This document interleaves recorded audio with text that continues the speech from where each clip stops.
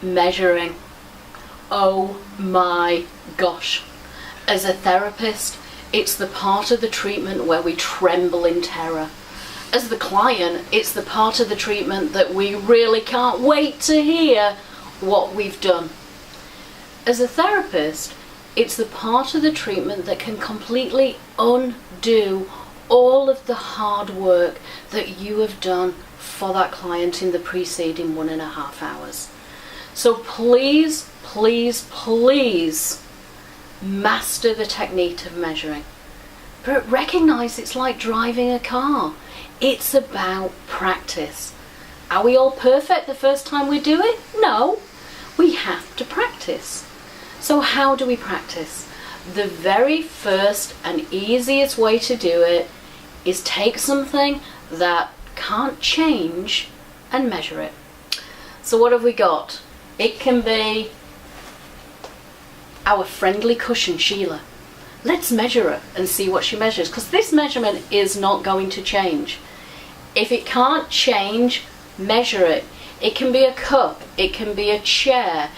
Go back and ascertain that each time you do it, it says the same thing, because that physically is not changing. Once you get to that point, then you get to elevate to real people. And real people means, guess what? They change their posture, they breathe in, they're looking over to see what the tape says, and all of these things can affect you as a therapist and your accuracy. So really, really important, that posture. We really don't need their help, we can read the tape ourselves, but they must be looking at the wall ahead and standing in that position. Not this position, that position. It can make the difference of 1/2 inch to 3/4 inch to what this says. That undoes all your work, so it's really important. Make sure that when you take the after measurements, you write them down as you do them. Too many times we see therapists try to do 2 or 3 measurements and then remember what they were. You haven't got a hope. I've been doing this 27 years and I can't remember what the previous measurement was. So make sure you write it down as you do it. Remember also that it's really not a competition to calculate out what they've lost. You have all the time in the world. Leave your client to get dressed, go to the washroom, put on their dry underwear, go out of the room to a nice quiet place to calculate your measurements. That way you're not answering the phone, you're not multitasking, you're focusing on what 8 + 8 actually does equal. Throw away the calculator. The calculator is in tenths. It's decimal. You are measuring in eighths. So to put 66/8 into a calculator to work out that it's 8.5 inches is actually not accurate. You must learn your 8 times table. Now I come from England, which means that when we were children we used to sit there terrified in the classroom as our teachers shot questions at us. Hodgson, what is 2 times 8? And if you didn't get 16, well then I won't tell you what used to happen, but it was painful.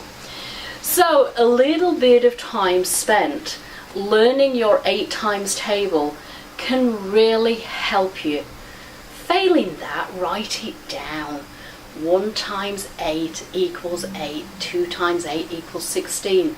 And then that way, when you have your cumulative measurement in eighths, you can go back and check your sheet and make sure that you can walk with confidence to that client and say, you have lost 8 inches and 4/8. 8.5, not a decimal, 8.627, that does not work. It must be in full inches and fractions. What other things can affect your measuring? Measuring them too quickly. They must dry off. We're in Vancouver. It is humid. It is wet. It takes longer for the client to dry. Appreciate that. That's why your time away out of the treatment room working this out is actually invaluable. You must give her that drying off time if you expect to be accurate. Now we have lots more tips, but if you remember these 3 things, you will see your accuracy increase tremendously. First, practice on inanimate objects to make sure that you are accurate. Second, ensure that we have the necessary drying time. And third, throw away the calculator and learn your 8 times table. Oh, failing that, just write it down. Follow those 3 things and I'm sure that you will find your inches increase.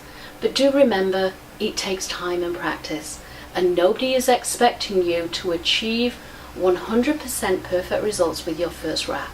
It takes 10 wraps to become an experienced therapist. Hope that helps. Watch for the next check-in.